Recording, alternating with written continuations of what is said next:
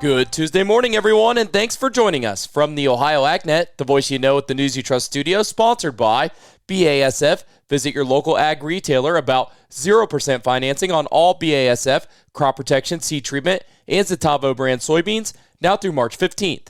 I'm Joe Everett. Some quick calendar reminders. Powered by Soy Biodiesel, we will be broadcasting from the Conservation Tillage and Technology Conference today in Ada. Register at ctccohio.com. Then we will be broadcasting from the Kalmbach Agribusiness Conference on Wednesday, thanks to Kalmbach Feeds. Visit kalmbachfeeds.com to learn more about their complete lineup of products. Then Farm Bureau County presidents from all over Ohio will be in Washington, D.C. this week to visit with their senators and representatives face-to-face at our nation's capital. The Ohio AgNet is there and will be posting daily updates on social media and will be broadcasting from the trip on Thursday with coverage brought to you by the Ohio Farm Bureau.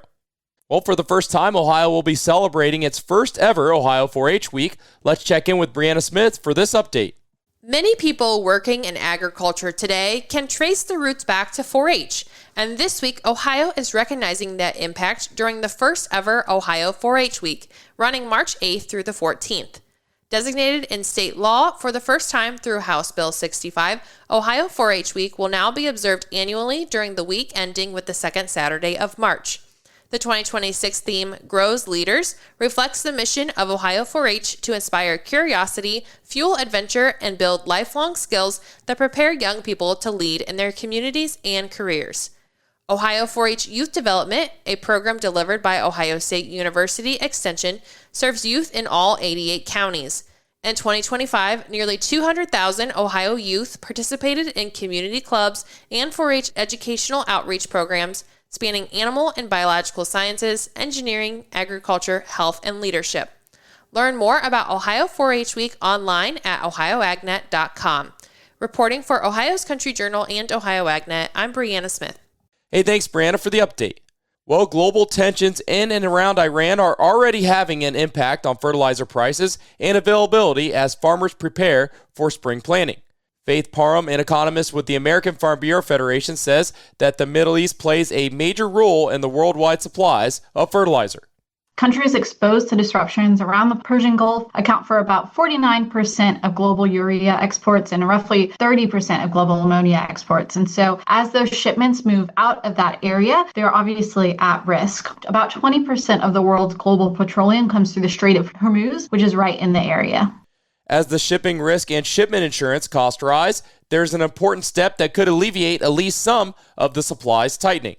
A very important step would be to keep these shipping lanes open and make sure there's safe passage for fertilizer ships. There have been promises of safe passages for crude oil and oil ships, but we need to also make sure that fertilizer is getting out of this region. She said fertilizer is truly a global marketplace, so U.S. farmers will continue to see the impacts of events domestically and abroad. These markets will remain sensitive to these events. We can all remember in 2022 when Russia and Ukraine started their conflict, how fertilizer prices spiked upwards and have taken a long time to return back to normal. And so we could see similar issues here. And so even though we produce some of that fertilizer domestically, we still are in a global marketplace. And so we'll continue to see volatility throughout the season. Again, that was Faith Parham with the American Farm Bureau. It's now time for today's weather, which is brought to us by Seat Consultants. Simply better performance online at seatconsultants.com. Here's the forecast. We've got warm air continuing to hold over the Buckeye State, but moisture is coming. I'm Chief Meteorologist Ryan Martin. Let's take a look at that Ohio Ag weather update. Fairly significant frontal complex developing to our west. We're going to be seeing strong to severe weather pop later this afternoon in Illinois, and then this evening try and move into Indiana. I will not rule out some stronger thunderstorms getting into northwest Ohio overnight, and then through the day tomorrow. Showers and strong thunderstorms can move through the rest of the state. I'm going to pencil in over the next 2 days, today through the end of tomorrow. Actually, I'll even go to sunrise Thursday. I think we can see anywhere from 1/4 to 1.5 inches with coverage at 100% of the Buckeye State. Much colder behind this front for Thursday and Friday. Dry Thursday, maybe a few hit-and-miss scattered showers in northern parts of Ohio Friday. Warmer for the weekend. Saturday dry, Sunday increasing clouds. And we've got rain and thunderstorms coming back into our region overnight Sunday night right on through Monday of next week. I'm Ryan Martin. Hey, thanks, Ryan. Now let's check in with our own Dusty Sonnenberg for a Farm Bill update. Joining me today is Christy Seifert. Christy is with the Farm Credit Council Farm Bill. The topic of the day as the House just passed their version of the Farm Bill, the House Ag Committee, I should say. But let's talk about it from a farm credit perspective. Some of the provisions that were in the House version that are real positives. Farm Credit has been working a very long time to secure what we secured in the House Ag Committee's Farm Bill that was just approved this week. We are very, very proud to see the USDA loan limits for guaranteed loans, those loan limits modernized. 2018 was a long time ago when these were last reauthorized, and it's time to update them. We've lived through a lot since 2018, and seeing those loan limits raised to help just meet the needs of agriculture today is really important. Another provision that we're really proud to see included that we've advocated for some time is the community facilities lending authorization, that we can secure, we can do more for rural America when we have this authority. What I mean by that is we're talking about critical community facilities like rural hospitals, like child care centers, like fire stations.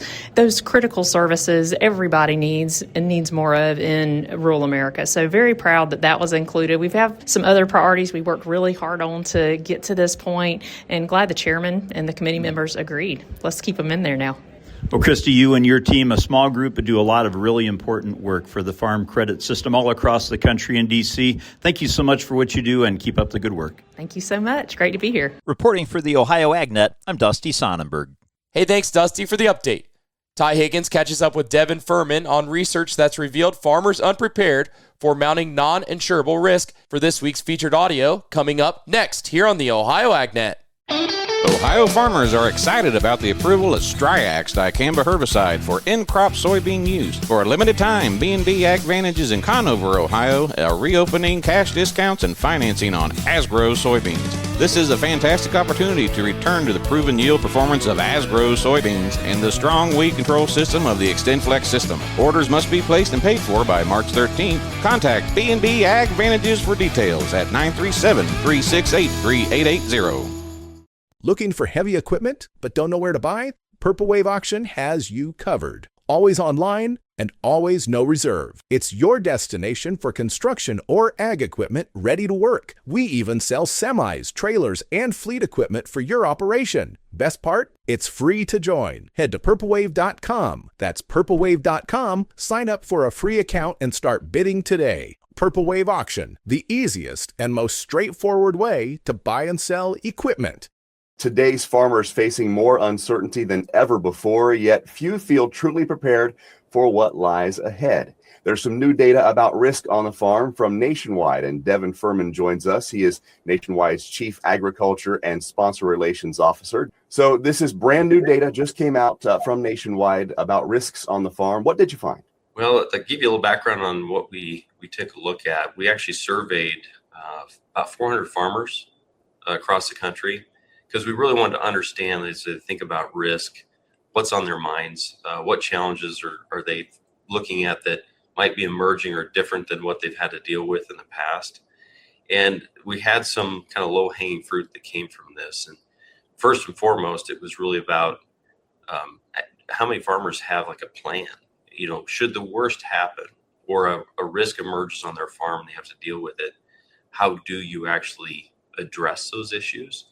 And we found out about 65% of the farmers, those 400 that we surveyed, didn't have any sort of resiliency plan or contingency plan in place. And so that was one thing with that. That's pretty low hanging fruit. And then if you ask them on like a scale of 1 to 10, like how ready are you for the unknown or issues that come up? And they're like 5 out of 10. So we'll call that moderately ready. Which is interesting because you think about farming, agriculture, and ranchers across the country, and they deal with risk every single day. It's the business. You know, farming and ranching is a risk business. You're always taking on risk. So they're used to that type of thing. But you mentioned a little bit in your opening that there's so many new things kind of emerging that we have to take into account that some additional planning would be helpful as we think about really the sustainability of our industry, the family farm, agribusinesses that support our communities, and all the things that are connected to agriculture. And taking a good look at what risk is out there and what we need to do differently was probably a pretty good idea. Over half seems awfully high, 65%. How surprised were you and your team at those numbers? I was actually really surprised. Like I mentioned, farmers and ranchers are used to dealing with risk, but what they kind of said to us in some of the verbatims is that they kind of deal with it as it comes. They've done that for probably the history of agriculture and their family farms. They've dealt with those things, but you start to think about the technologies that are coming and the global pressures that are in agriculture, regulation, environmental factors, cyber, and data. There's some things that are coming online here that probably need a little bit more discussion and a little bit more planning. A few years ago, we actually took the opportunity to do some research on what we called the future state of risk. What does it look like in the future, and what are some of those things that we think are emerging? And a lot of it, as you could probably imagine, was in early adoption of technologies, those digital risks like data privacy, traceability, and how you manage that, connectivity, how's broadband showing up in the world. And those things are coming on a little bit quicker than maybe we anticipated, but that's agriculture too. It changes about as fast as we can think about it. So again, how do we start talking about those things now so that we can all do our part in helping farmers and ranchers across the country be resilient? Devin Furman, Nationwide's Chief Agriculture and Sponsor Relations Officer, joining us. If someone wants to find out more and take that assessment with the Farm Risk Ready tool, how can they do that? Very easily, nationwide.com/farm risk ready. Devin, thank you so much for the information. Appreciate it, and always good to see you. My pleasure. Good to see you, Ty. You can watch our entire conversation right now at ohioagnet.com. Hey, thanks, Ty, for that update. Stay tuned. We'll be back with your grain analysis and your overnight markets next here on the Ohio AgNet. If agriculture is your way of life, you need news you can count on. That's why Ohio farmers turn to Ohio's Country Journal, your source for the latest in crop updates, livestock insights, market trends, and the stories that celebrate country life across our state. Every issue keeps you informed, connected, and ready for what's next in Ohio agriculture. So don't miss a beat. Renew your subscription or sign up today at ocj.com/renew and grow with the publication built for Ohio farm families. That's ocj.com/renew.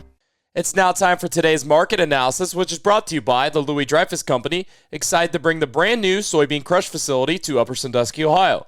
Learn more about marketing your soybeans with LDC at 574-566-2113. Here's Ryan Martin. What a wild ride to start the week yesterday, not just in the grain markets, but everywhere. At the end of the day, grain markets were mostly lower, but this was after a super huge spike in the overnight and into early parts of day trade, and that spike was led by crude oil at one point well over $25, nearly $30 a barrel higher for the day, and then crude dropped $25 a barrel off of its overnight high, and that just sent the market into, well, honestly, a tailspin. Now, it's going to be very interesting to see what goes on here moving forward. Fundamentally, there was not a whole lot that should have been bullish in the marketplace, but go back to 2007, 2008, when crude went from $78 to $150 a barrel. The wheat export balance sheet was the tightest ever. Corn ending stocks were projected at only 1.44 billion bushels. Yeah, we did see the crops move, but it was more due to the fundamentals rather than crude oil. I'm Ryan Martin. Hey, thanks, Ryan. Now let's take a look at your overnight trade brought to us by Sea Consultants. Simply better performance online at seaconsultants.com. March corn trading down 2 3/4 to 434 3/4. May corn 446 3/4, down 6 cents. As we turn to soybeans, March 11.80, down a half. May soybeans 11.88, down 8 1/4. And July wheat 602 3/4, down 10 1/4. As we turn to livestock from yesterday's close, April live cattle 230.15, down $4.42. June live cattle 227.42, down $4.05. As we turn to lean hogs, April 94.82, down 80 cents. May lean hogs $100.37, down 47 cents. April feeder cattle 346.55, down $5.07. May feeder cattle 342.87, down $5.20. And April class 3 milk 17.18, up 7 cents. Thanks for joining us and have a great morning, everyone. You're listening to the Ohio AgNet.